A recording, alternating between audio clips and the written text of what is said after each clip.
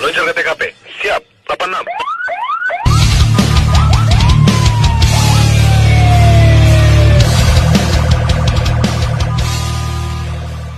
Assalamualaikum dan selamat petang. 3 minit bersama FM Negeri Tengah. Ini saya akan berkongsi tajuk tentang pengendalian peralatan menangkap haiwan liar dan berbisa. Okey, untuk peralatan pertama ialah helmet.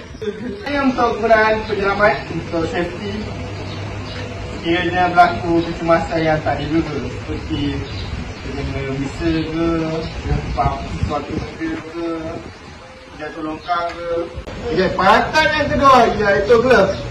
Glove ini untuk sama juga gunaan dia untuk penyelamat sekiranya berlaku benda-benda yang tidak terduga seperti tergigit oleh haiwan berbisa ke, haiwan-haiwan liar ke yang ganas seperti monyet ke.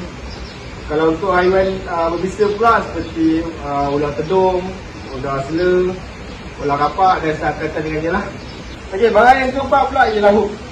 Hook ni kegunaannya untuk kita baik haiwan-haiwan yang berada di kawasan-kawasan sempit lah, seperti ular berada di belakang almari, bawah meja, yang kawasan-kawasan yang kita tidak boleh sampai menggunakan tangan ataupun penyempit.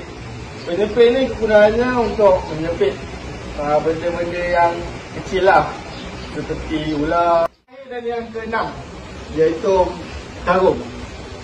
Gunaan dia adalah untuk menyimpan haiwan-haiwan yang berbisa yang baru kita tangkap sebelum kita mengalihkan.